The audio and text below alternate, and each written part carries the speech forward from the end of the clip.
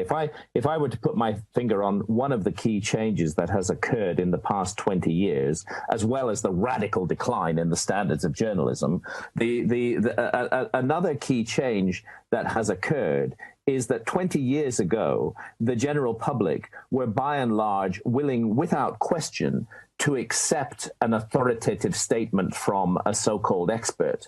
That is not the case today. Authoritative statements from so-called experts are a debased and devalued currency in the world of the 21st century, because we have learned that these authority figures, whether they're big government figures or whether they're from the big corporations or even from the big religions, fundamentally, they lie to us all the time. And I think that this habit of political figures to lie and to fill society with lies has led to, rightly, to a questioning of the statements of authority figures. So when Professor X or Dr. Y stands up today and says, Hancock is wrong, we have got the whole story of civilization worked out, Professor X or Dr. Y is not likely to be believed by the majority of people today. And that was different 20 years ago. Mm. And just before we go off that point and we get into the meat of it, are you an angry man or a disappointed man more?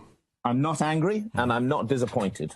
Right. I think it's unfortunate that journalistic standards are so shoddy, but we've already dealt with that. That's not my problem. The journalists themselves have to live with their poor work at the end of the day, not me. It may be damaging to me, but I would say in the long run, it's much more damaging to the journalist who behaves like such a hack in what they're doing. So I'm not actually angry, really, or disappointed in anything. I'm excited, encouraged, and positive that I have had the opportunity in my life to explore the world, to study the most intriguing and magnificent and mysterious ancient sites, and to present possibilities about the past that do not appear to have been properly considered before. We have a huge establishment that I would say effectively controls our past, and that is mainstream history and archaeology, the university departments associated with it, the entire teaching profession, which takes its ideas from the mainstream, and the media, which pick up on the mainstream. And I see myself as just one alternative voice. My role is to provide an alternative take on what is known and what is not known about our past. And, you know, the intriguing thing is that the further back you go beyond 5,000 years ago, the less is known about our past, and the more speculative become the attempts of archaeologists to explain it. So I think an alternative point of view, well-reasoned, well-argued, coherent, and positive, has a place, and that's what I've sought to provide. But I'm not disappointed and I'm not angry. I expect to have to face the fire of criticism, and I welcome that criticism as long as it's honest and comes from a good place. Tell me if I'm being fair and accurate here when I say that the core premise then of this book and the one that preceded it some years ago is that what we are today arose from what was almost pretty much so an extinction size and style event, but it wasn't quite that. Am I correct there? Well, you're broadly correct. This is one of the new developments that has taken place in the last decade, which requires that we look again very carefully at everything we've been taught about the origins of civilization. Since 2007, a group of extremely serious, highly credentialed scientists, mainly geologists, but actually they include some archaeologists, they include experts in impact dynamics, they include oceanographers, a broad international team of scientists have been carefully and methodically piecing together the evidence which proves, and I put the emphasis on the word prove because I think this has gone beyond an argument now, which proves that the Earth was hit by several fragments of a comet 12,800 years ago. This is not some wild theory from Graham Hancock. This is material that has been published, for example, in the Proceedings of the National Academy of Sciences, in the Journal of Geology, in the monthly notices of the Royal Astronomical Society, and so on and so forth, during the last decade, and which has built up a formidable and I would say irrefutable body of evidence for truly an extinction-level event. Actually, there were two events. As we reconstruct the data, it appears that the Earth, principally the North American ice cap, because 12,800 years ago we were still in the Ice Age. The North American ice cap was hit by at least 4 fragments of this comet, and these fragments are not small. They're in the range of a mile in diameter. This happened 12,800 years ago. That debris from the comet carried on across the Atlantic. It came in from the northwest in a southeasterly direction, crossed what is now Canada and the northeastern part of the United States, crossed the Atlantic. There were further impacts on the northern European ice cap, and the furthest fallout that's been detected was as far east as Syria. It appears that there were a second series of impacts 11,600 years ago. So we have a period of 1,200 years between 12,800 and 11,600 years ago, where the Earth is plunged into a nightmare of flooding and fire and earthquake and utter chaos, and skies darkened and boiling, and sea levels rising rapidly, and just tremendous deluges tearing across the land as huge areas of the North American ice cap were liquidized. And this was an extinction level event. We know in that precise 1,200 year window between 12,800 and 11,600 years ago that there were enormous extinctions of animal species all around the world. And what I bring to the party, with intriguing evidence from archaeological sites all around the world, is that we must consider the possibility that that extinction level event did not only affect hunter-gatherers who lived on the Earth at that time, for sure, just as they do today, did not only affect the animal species that became extinct, but also wiped out an advanced civilization of prehistory that is now only remembered in myths and traditions all around the world. So this is archaeological evidence in the main. What about geological evidence? Well, this is first of all, the evidence for the comet impact is geological evidence, solid geological evidence. Sometimes it's difficult for us to imagine the effect of an object, a solid object, a mile wide, entering the Earth's atmosphere at 70,000 miles an hour. But if you were to imagine the entire nuclear arsenal of the Earth going up at once, that would be roughly similar to the consequences of that impact. It is truly cataclysmic. You have tremendous heat and tremendous shock. And byproducts of this heat and shock include a number of specific signatures in the strata of the Earth. And these signatures include nanodiamonds. The heat and the shock actually creates these tiny submicroscopic diamonds. It includes carbon spherules. It includes melt glass, which is indistinguishable from the melt glass produced in nuclear explosions.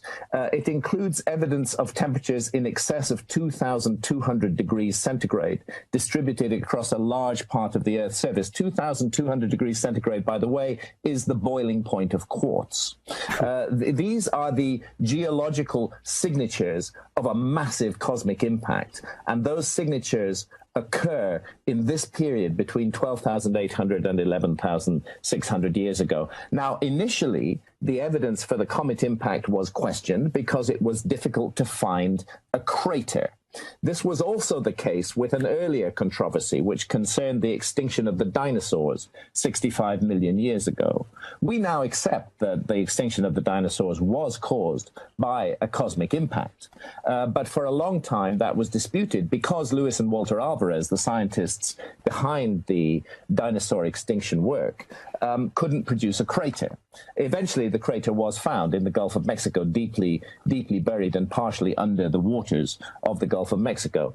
But initially, their case was based entirely on the same impact proxies that the team of scientists are now showing have been spread all around the world during these events between 12,800 and 11,600 years ago. So we have two episodes of massive extinction, one 65 million years ago, which has been known about for a long time, and one 12,800 years ago, which is very recent science that has hardly even entered into the public domain. And this is why I felt it was important to summarize and detail that science in several chapters of Magicians of the Gods, because this event is of fundamental importance, an extinction-level event right in the backyard of history, and yet our notion of the origins of civilization so far has been formed without taking such an extinction-level event into account. That requires us to think again about everything we know about the origins of civilization. And it also gives us a clarity that perhaps we didn't have before, in that everything has to have a starting point, and there in that interregnum period, in that period between the first and second impact, you have effectively that starting point, that line in the sand. We do. We have that starting point because mysterious things start to happen. And one of them is the incredible site, archaeological site of Gobekli Tepe in Turkey, which was not discovered until the second half of the 1990s, and which has been excavated since then. And we now know for sure that Gobekli Tepe dates back to precisely that cataclysmic period, and it goes back 12,000 years. And this is really fascinating, because what we see at Gobekli Tepe is a gigantic series of megalithic circles. Everybody has a picture in their mind of Stonehenge in the UK, okay? So take Stonehenge and multiply it by 50, and that's roughly what you're looking at Gobekli Tepe. So far, only a tiny part of Gobekli Tepe has been excavated. Most of it's still under the ground, but we know that there are hundreds of huge megaliths lying under the ground because of a survey with ground-penetrating radar. Now, here's the problem. Gobekli Tepe is 7,000 years older than Stonehenge, but it is far more advanced and far more sophisticated. In the case of Stonehenge, we have a Neolithic culture from 5,000 years ago, which is already fully developed agriculturally, which is generating surpluses, which can support the specialists who are needed to create the stone circles. In Gobekli Tepe, the context 12,000 years ago is entirely that of hunter-gatherers, and hunter-gatherers have never before been considered capable of organization on a scale that is demonstrated at Gobekli Tepe. The site organization, the bringing of hundreds of workers to the site. This is a site with no water. They would have to be fed. They would have to be watered. The flow of pillars from the quarries to the sites would have to be organized. The astronomical alignments of the pillars, which are extremely precise, would have to be organized. And my point is, you don't just wake up one morning as a hunter-gatherer, suddenly and magically equipped with the skills to do this. What Gobekli Tepe looks like to me is a transfer of technology, that a people from a more advanced culture who already knew how to do megalithic architecture settled amongst a community of hunter-gatherers in what is now eastern Turkey and taught them the necessary skills. That's what we see at Gobekli Tepe, and therefore it's not an accident that at exactly the same time that the mysterious Gobekli Tepe megaliths are raised up, we find a massive dissemination of agriculture taking place in exactly the same region of Turkey.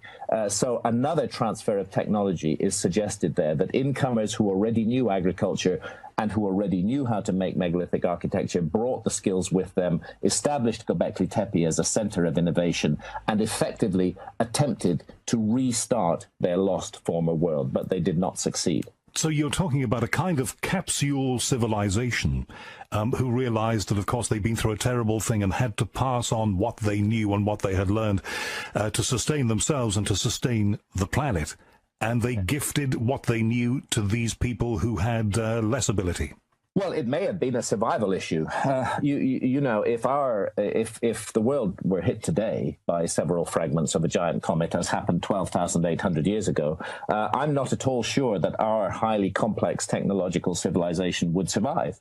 Very few of us, we may have certain advanced skills and knowledge as individuals, but very few of us have the whole suite of skills that make it possible for us to survive in a post-apocalyptic world. We don't know how to farm, most of us. Some of us do. We don't know how to build buildings. We don't know how to make machines. Each of us has a specialist skill which locks into other specialist skills. Break that apart, and suddenly you are looking at a very fragile kind of society, a high-tech society with very fragile bonds that could easily fall apart with the majority of the population incompetent to survive. That would not be true of hunter-gatherers. If you went to the Amazon rainforest, you would find hunter-gatherers whose lives would be unaffected by the cataclysm, who would be able to carry on doing pretty much what they do. They already know how to survive, as do the hunter-gatherers in the Kalahari Desert in southern Africa also, for example, and a number of other hunter-gatherer people. So that's my suggestion of what happened 12,800 years ago, that just as in the world today, we have an advanced civilization coexisting with hunter-gatherers, so also before 12,800 years ago, we had an advanced, now lost civilization coexisting with the hunter-gatherers who also existed on the planet at that time. And when that civilization was destroyed as a result of these comet impacts, there were survivors, and naturally they would go and settle amongst hunter-gatherers, transfer some of what they knew to the hunter-gatherers, but perhaps also depending on the hunter-gatherers for their own livelihood. And what sorts of artifacts from those people, if we can call them people, have been or may be found? There's just a vast range of material, and this is why I say we need to look again at everything we've been taught about the origins of civilization. It may be that we are missing clues because we're so convinced that there could have been no high civilization during the Ice Age. We aren't looking for that. And if you start a project firmly convinced that the thing you're looking for doesn't exist, then you're most unlikely to find it. But if you start with the idea that this is a possibility, then various bits of evidence start to thrust themselves forward. For example, ancient maps. Ancient maps, by and large, these are maps that have come down to us because in the 15th and 16th centuries, they were copied from older source maps, which were then falling apart and which are now lost. In the process of copying from the older source maps onto the maps that have survived today, certain information about the world was also copied. And what we see are images of the world very much as it looked during the last Ice Age. Not in the 15th or 16th century, but as it looked during the last Ice Age. And I would suggest that that is a legacy of the source maps, that we are looking at source maps that go back to a lost civilization that was exploring the world, that was navigating, that had the technology to create good global maps during the Ice Age more than 13,000 years ago. These maps include accurate latitudes and longitudes, and to find accurate longitudes on maps before the late 18th century is very puzzling because we did not have the technology to draw such maps until the late 18th century. These maps frequently feature Antarctica, yet Antarctica was not discovered until the year 1818. So these ancient maps are in themselves a huge body of evidence that there was a pre-existing civilization that had navigated, explored, and mapped the world, at least to the standards that we were capable of doing in the late 18th or early 19th century of our era. In other words, a civilization that was vastly more advanced than is given credit for during the Ice Age, when has been thought that only hunter-gatherers existed on the planet. And where does the notion of Atlantis and the reality of ancient Egypt tie into all of this? Well, the notion of Atlantis comes to us from a very specific source, and that specific source is the Greek philosopher Plato. In his Timaeus and Critias dialogues, Plato presented us with the single surviving account of Atlantis from which all subsequent accounts have been drawn. And here's how Plato tells the story. He says that his ancestor Solon, the famous Greek lawmaker, made his way to Egypt some century and a half before Plato's time, made his way to Egypt. And there he went to a temple in the Delta at a place called Sais, a temple dedicated to the goddess Neith. And he was told the story of Atlantis by the priests of that temple, who pointed to hieroglyphs written on the walls of the temple and said the story of Atlantis was there. Now, archaeologists just dismiss the Plato-Atlantis story entirely. In the archaeological lexicon, an Atlantologist comes even lower than a pyramidiot. They totally ignore it. They say Plato made the whole thing up. Of course, there was no such civilization of Atlantis. But here's the interesting thing. When Plato talks about Atlantis, remember the tradition was passed down to him by his ancestor Solon. He tells us a key piece of information. He says that the submergence of Atlantis in a single terrible day and night of earthquakes and humongous floods took place 9,000 years before the time of Solon. That is 9,600 BC. That is 11,600 years ago. So that's pretty accurate on the timings then. That is absolutely accurate on the timing. In fact, it's precisely the date of the second series of impacts that we know were accompanied by massive global flooding. So if Plato made that up, he was astonishingly accurate to the latest science in geology. I think we have to take seriously the possibility that he was passing on to us a genuine tradition. Egyptologists will complain that the word Atlantis does not appear in any ancient Egyptian text, and that's true. But if you go to the Temple of Horus at Edfu in Upper Egypt, you will find the Edfu building texts. And those texts, which were copied from earlier documents that had fallen apart, those texts tell the story of a primeval island of the gods where was present an advanced, sophisticated, highly spiritual civilization that was destroyed in a cosmic cataclysm, leaving only a few survivors who traveled around the world attempting to restart their former civilization. And we're talking about a remarkable achievement here, and it's set into context by something that was in the news, I think, 2 or 3 days ago here in the UK. A big debate about whether to, I think it was, renew the contract or keep printing, keep preparing laws in the UK on vellum. And the people who make vellum, the paper, effectively, that these things are written on, it's not really paper, are guaranteeing it for 500 years. Now, you think about that in the context of your 11 and 12,000 year cycle you're talking about here. Yeah. And the people who make our laws are saying that our laws will survive, they can guarantee for 500 years. That shows us a lot, doesn't it, Graham, about the fragility of societies like that one, but particularly ours. We have the problem here. Absolutely. This is the thing, you see. If your project is to communicate to the future, to communicate information to the future, written information may not be the way to go. Let's say that you would like a message to survive for 10,000 years, to pick a number, and to be intelligible after 10,000 years. Writing it down in the English language on a piece of vellum probably wouldn't be the way to go. As you've just informed us, vellum ceases to be useful after 500 years. It can only be guaranteed for 500 years. And who's to say in 500 or 5,000 or 10,000 years from now that anybody will be able to decipher the English language? Right now, it can be deciphered, but we have ancient scripts, for example, the Indus Valley script in northern India, which to this day has never been deciphered.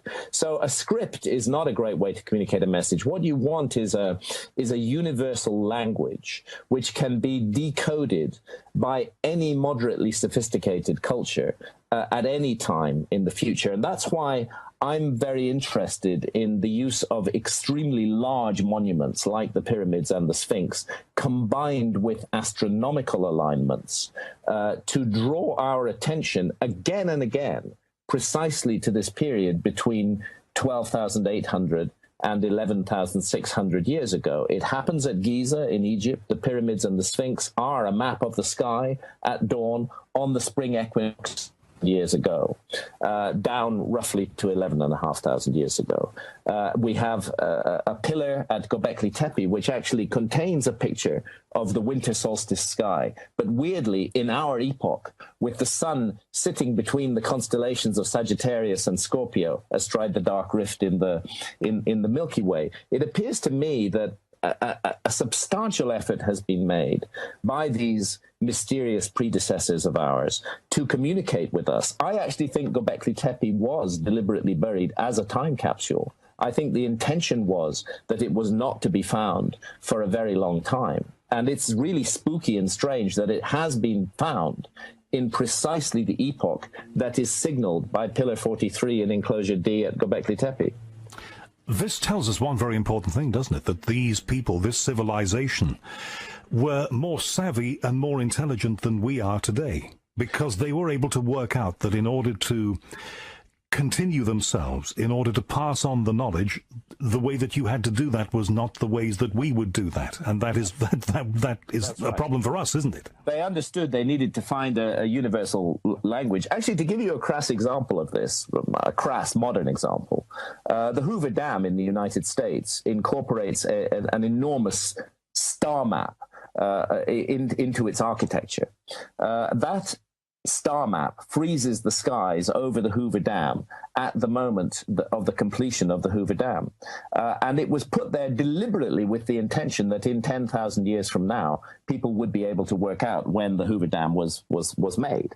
And I'm suggesting that the same thing is happening at Giza. It's not even an extraordinary idea. It's something that our culture has done in the Hoover Dam and has been done at Giza. And the message is, pay attention to the period between 12,800 and 11,600 years ago in your epoch. What about the notion that if we're talking about ancient Egypt here, which I've always found fascinating, and, you know, I've spoken to people like Robert Boval, who I know that you worked with extensively on all of this. What about... Very, very good friend of mine. We've worked together very closely. We've been in the trenches together, doing battle with the archaeologists for more than 20 years. Yes, and doing battle with the media, I think, together at one point, but that's a whole other story. That's a whole other story, yeah. The notion that, yes, we know a certain amount about the ancient Egyptians, but the idea now that is gaining some currency at the moment that there was a civilization before them who came up from further south and basically inspired the people that we know as the ancient Egyptians and what they created. What do you make to that? Well, I think there's two issues here. One is the peopling of Egypt. Where did the peoples of Egypt, of ancient Egypt, originally come from?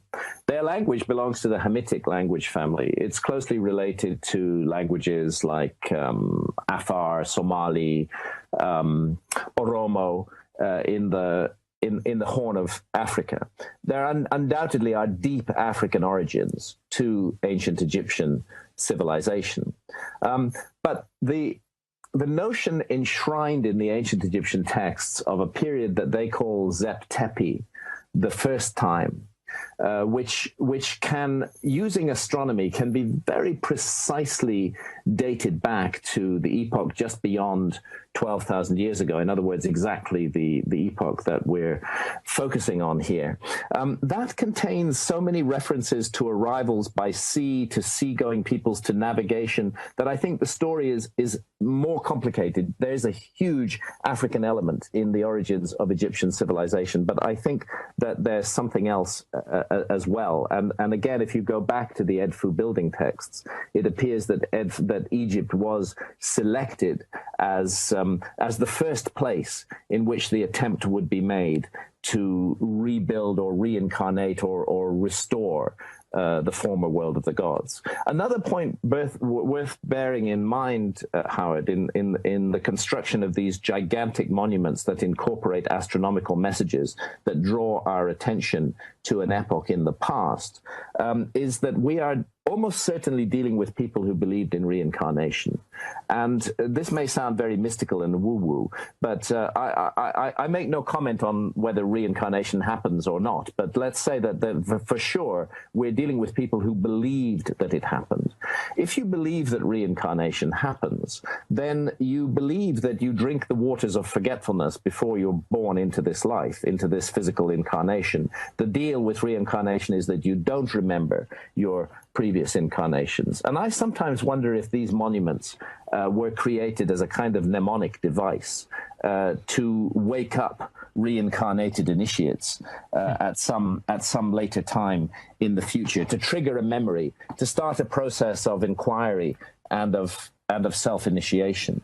The ancient world was deeply focused on spiritual matters. I'm often asked, what would be the difference between the lost civilization that I'm proposing and our civilization today? And I would say the differences were huge.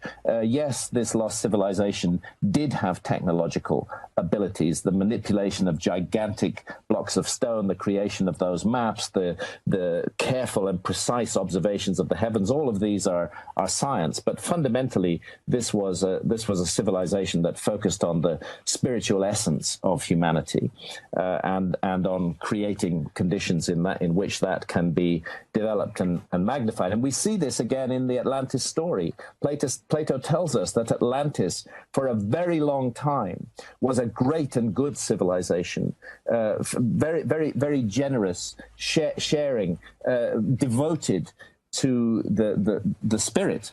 But then gradually the rot crept in. Something changed. The Atlanteans became cruel and harsh and callous. They ceased to bear their prosperity with moderation. And eventually the cataclysm was brought down upon them, the traditions suggest, in punishment for their lapse from their former high spiritual state. Do you think we should read into this that all great civilizations, and we perhaps foolishly consider ourselves today to be a great civilization, ultimately become arrogant, which is what the Atlanteans seem to have become, and ultimately that will sow the seeds of their downfall? And there's a lesson in that for us. There's an absolute lesson in that for us, and I think we can see it happening now, and it's one of the reasons why I feel it's important to get this message out and to help people to understand that the story of the origins of human civilization is not settled and done for and fully established by archaeology at all. There are huge question marks over it, and those question marks actually touch on what it is to be human and where we're going next with our lives. See, we've been taught to regard ourselves as the apex and the pinnacle of human achievement. Thousands of years of physical and social evolution have led to us. We're sitting there at the top of the heap, and that is a very arrogant place to be psychologically if we think of ourselves as such. If we understand that a former high civilization, in many ways every bit as high and advanced as our own, existed on this planet and was wiped out in a global cataclysm, perhaps we might not be so sure and so confident and so arrogant about our own stability. In many ways, we do look in mythological terms like the next lost civilization. We tick all the boxes. We have the arrogance. We have the cruelty. We have the severing of our connection with spirit. Surely one of the most devastating aspects of the human experience during the last 200 years, the severing of connection to spirit. We live in a spiritually dry are being made to make this world as spiritually dry as possible, to define all matter as dead, as lacking in any soul or meaning. This is the situation that we confront today, and the mainstream religions don't help. The mainstream religions are not providing or reconnecting us to spirit. They also are huge bureaucracies run mainly by men who impose themselves as intermediaries between ourselves and the divine. I think that there's a whole range of habits of behavior that are locked into modern society which no longer serve us and which we need to jettison if we are not to destroy ourselves in the coming century or so. And that was the thing that, I'm sorry to interrupt, Graham, but the thing that really excited me about the research that I was doing into your work prior to this conversation, the thing that I think excited me more than the discovery that there was a civilization much older than we thought could possibly have existed, and our ideas of where we came from and all the rest of it completely wrong.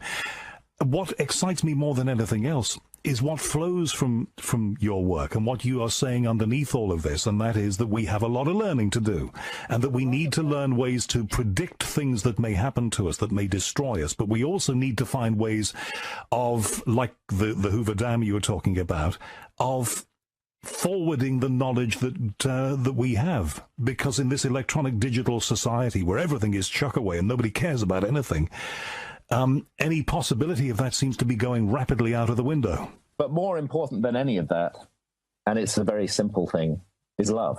That's more important than any of that. The great crisis of the modern world is the wide dissemination of fear and hatred and suspicion.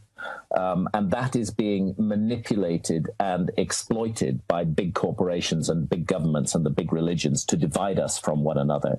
What's needed is the realization, the recognition that we are truly all brothers and sisters with a common cause that we all share, which is the incredible gift of our humanity and the responsibility to use that gift well. The modern world absolutely needs a wake-up call. We need to understand that we live in a magical and enchanted universe, not a dead universe that is simply there for us to exploit. We need to learn to bear our prosperity with moderation. But above all else, our societies need to learn to act with love rather than to act out of fear and hatred and suspicion. I totally agree. One of the themes that arose from one of the conversations of yours that I listened to 24 hours ago, and I have heard hints of this before, was the tantalizing idea that you've referred to Egyptologists, so-called, that some of those people are actually doing explorations that we don't get to hear anything about, and may have made discoveries that could be very material and may well tie into what you're saying. Yeah, I'm afraid that's possible.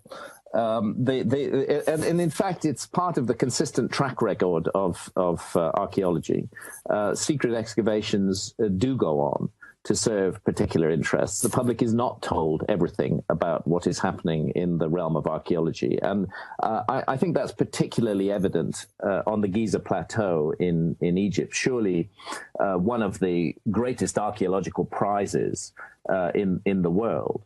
I have, in a series of books, for example, Keeper of Genesis, that Robert Bauval and I wrote together back in 1996, which is titled "The Message of the Sphinx" in the U.S. We looked at the background of people like Dr. Zahi Hawass, who for decades has had pretty much full control of the Giza Plateau, of archaeology on the Giza Plateau, and of his colleague Mark Lehner, who formerly at the University of Chicago. We go into all of this in detail, and I must say there's some very interesting and intriguing and puzzling things happen at Giza. Of course, part of the success of a great secret is that you don't know what the secret is, but the feeling that something is going on behind the scenes at Giza and that we are not being told about it is solidly grounded in events. You've talked and written about consciousness a great deal, and apart from the research you've done about our antecedents and the research that you've done and the things that you've written about the importance of love and the importance of understanding who we are and what we are, you have talked about consciousness. And yeah, well, let's be clear, first of all, about the different strands of my work. We're primarily sitting down today to discuss a new book that I published, which is Magicians of the Gods, which is the sequel to my best-known book, which was Fingerprints of the Gods. Fingerprints of the Gods was published in 1995, Magicians of the Gods in 2015. And the reason I published Magicians of the Gods is some of the information we've shared in this discussion, but so much more new evidence that strongly supports the case for a lost civilization more than 12,000 years ago. Separately, I have a whole other area of interest, which is in the mystery of consciousness, and in the role of altered states of consciousness in human societies and human civilization and in individual human lives. Our society today is a society that demonizes psychedelics. But ancient civilizations, pretty much all of them, made deliberate, careful, targeted use of psychedelics to contact the realm of spirit. It was a science in those societies. Psychedelics were not regarded as dreadful or dangerous things, but rather regarded as allies that help us to nurture and develop the spiritual side of ourselves. And of course, this is the case with shamanism. If you go off to the Amazon jungle, as I did when I was researching my book, Supernatural, which is the main book that I've written on this subject, I find myself amidst shamanistic cultures that drink the powerful psychedelic brew, ayahuasca, and naturally, as a good working journalist, I drink the ayahuasca as well, because I want to know what this experience is about. And it's an experience, frankly, that changes my life. I carry on, I write my book, but after having written the book and done perhaps 11 ayahuasca journeys as research for that book, I then carried on subsequently drinking ayahuasca every year because I find it such a valuable healing medicine. And do you believe, because I have known people who have been to the places that you've been and done that, do you believe truthfully, truly, that it is something that opens up a portal, or really is there a grey area there? Could it just be messing with your brain? Oh, it could be, of course. I just think that's most unlikely. The probability at the moment is that we've misunderstood the brain, that the brain is more a receiver or a transceiver of consciousness than a generator of consciousness, and that what the powerful psychedelics, particularly dimethyltryptamine, which is part of the ayahuasca brew, what the powerful psychedelics do is they retune the receiver wavelength of the brain to allow us to gain access to other levels of reality that are normally closed off from our senses. We don't have time to go into this now, but there's a vast amount of evidence for that proposition. And therefore, I believe, as part of the efforts to understand the nature of reality, which include the exploration of outer space, we should also be exploring inner space and the mysterious encounters that occur in visionary states. Yes, they may just be our brain on drugs, but the evidence is compelling that they are far more than that, and that these may be vehicles for making contact with intelligent entities, perhaps from other dimensions. The research needs to be done. The science needs to be done. Rick Strassman at the University of New Mexico, professor of psychiatry at the University of New Mexico, did research with human volunteers in the 1990s and DMT, and that research did strongly support the possibility that we are dealing with freestanding, completely real parallel universes inhabited by intelligent entities that can only communicate with us when we are in a deeply altered state of consciousness, not when we're in the alert problem-solving state of consciousness that we use for everyday matters. The segment of the conversation we've just had about altering consciousness and using certain herbal substances so to do is, as you well know because you're in the UK, a conversation that's very, very difficult to have. I mean, most broadcasting organizations that I've worked for and with don't really allow you to go very close to this at all, for the reasons that we both understand, that there are a lot of idiots out there, and we don't want to be encouraging people who are rather stupid to misuse these things. No. This is so patronizing. We have to give credit to other adults, you know. We can't put ourselves in a position where we're making decisions for other adults about what they need to know. That's the death of freedom of speech. The moment that we start protecting our audiences from facts, that's the end of the freedom of speech. That's the paternalistic model stepping back in. It's really most unfortunate that these subjects cannot be discussed, particularly when there are dazzling research breakthroughs now taking place with psychedelics, which are being proven to be powerful agencies of healing, particularly for people with post-traumatic stress disorder or terminal cancer patients given psilocybin and losing their fear of death. The incredible research is being done. So, you know, if the broadcasting organizations are really seeking to impose a fatwa over these kind of discussions, they're making a huge mistake and they're out of step with history. I think the the concern is always, and I understand this because I've been schooled in this all of my life and career, that you don't want to be encouraging people to play with substances that may ultimately do them harm. Well, we better tell people never to drive a car then. I don't even have an answer or the beginnings of one for that. But it does seem to me, and you tell me what you think, that this is very much one for academia before you start unleashing these things on people. These things are already unleashed on people. I mean, what are you talking about, Howard? We live in a society where psychedelics are actually widely available. They're illegal, which means they're surrounded with fear and paranoia, but they're available. Anybody can get them. You know, the present system of controlling these substances is utterly broken. It doesn't work. We need a new system, and part of that new system involves open and free and honest conversation and respect for the intelligence of other adults. And if a child of yours said, I want to go to South America and talk with the shaman and open up portals of consciousness by imbibing ayahuasca, you'd be completely cool with that? I'd say wait till you're 21. I've drunk ayahuasca with almost all of my 6 children, but in every case, we waited until they passed the age of 21. I think that the psychedelics are extremely serious matter, and I think they are properly and rightly reserved for adults. At the moment, with this absurd and evil thing called the war on drugs, we have psychedelics being delivered to children by criminal gangs. I believe that if the psychedelics were made legal, we could control the access of children to them much more effectively than we do at present. And there's a lot of hypocrisy, I think, also in this field. You know, there are people running major organizations, I am sure, who say one thing and do another. But that, again... We've had some recent examples of that. Indeed we have. Bringing you back, rightly, to the subject of the new book, what do you hope? What's your best hope for what it will be, what it will achieve and how it will be received? In other words, what do you want it to do?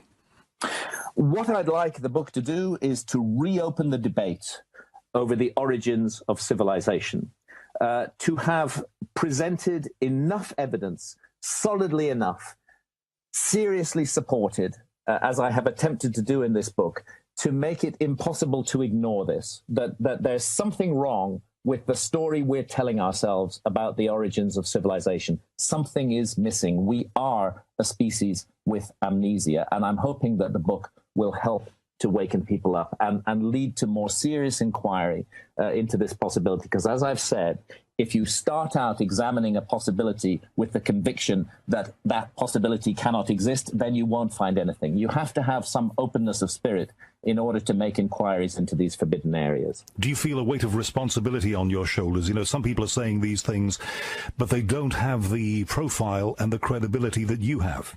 Yeah, I do feel a weight of responsibility on my shoulders. It's a responsibility to my readers. It's a responsibility to do the very best I can to get this information across, and not to be discouraged and not to be beaten down, but to keep on going, because sooner or later, as the ancient Egyptians said, the truth is great and mighty, and the truth of our past will emerge. 2 listener questions that have come in, and I promised these people that I would try and put these to you. Number 1 is from somebody called Stephen Ward. Stephen, this is your question. Listening to one of Graham's talks on YouTube, he mentions the pyramids and the Sphinx having an almost magnetic attraction for so many people. I've felt this since I first became aware of them, and I'd like to know why Graham thinks that is. Oh, well, I've been visiting Giza for quarter of a century, and that has given me many opportunities to see the looks on the faces of those who stand in front of the Great Pyramid for the first time and to hear their conversations. And my experience has been that these people have been drawn from all over the world by a kind of call that the Great Pyramid seems to send out. It is a beacon, and fundamentally, the Great Pyramid is about human consciousness, and it's still working on human consciousness today, even though we lack the surrounding edifice of ancient Egyptian civilization. You have a marvelous turn of phrase, and I know that you can probably answer this one succinctly. And Joey asked this question. Could you ask Graham the difference between science and a word that you used at the top of this conversation, pseudoscience, and not what the obvious answer would be? What hard facts are there, says Joey, relating to his work, and can any of these be stood up to be real evidence and not just myths? And where does he think his work will eventually lead him? I counted, I think, 4 questions within that. Well, Joe, in answer to Joey's question, that's why I've written Magicians of the Gods. You know, all the facts are in there. There's hundreds of footnotes. Every factual statement is referenced to the academic paper from which it is drawn. So go read the book, and all your questions will be answered. One question. The book launched in September, and I talked about that event in Berkshire that I was... Yeah, that's UK. It was published on the 10th of September in the UK. As we speak, we are still awaiting US publication, which happens on the 10th of November. Which was published in the US on the 10th of November. And I'll be touring the US, giving talks all over the US in November and early December. Well, I'm sure a lot of people, well, you know, a lot of people are going to want to see and hear you. Why stagger the release in that way? It's very good for me that the release is staggered, because I can't be in 2 places at once, much as I would like to bilocate. It's not one of my skills. So it allows me to pay full attention to the UK release and then to pay full attention to the US release. But it wasn't done for my convenience. It's just that the US production schedule was a little bit slower than the UK one, that's all. Understood. When you talk to those people who queue up to get your autograph, your signature on their book, have you noticed a difference between people, say, 15 years ago when you were writing and now? Are they more savvy than they were? Yeah, the big difference I've noticed is that my readership has got younger. And I'm very excited about that, because that's where I see the hope of humanity, is in the youth of our society, young adults. That's where I see the future. And I noticed that distinctly in my events, that the presence of inquiring, open-minded young people is a very strong element of any audience that I now have.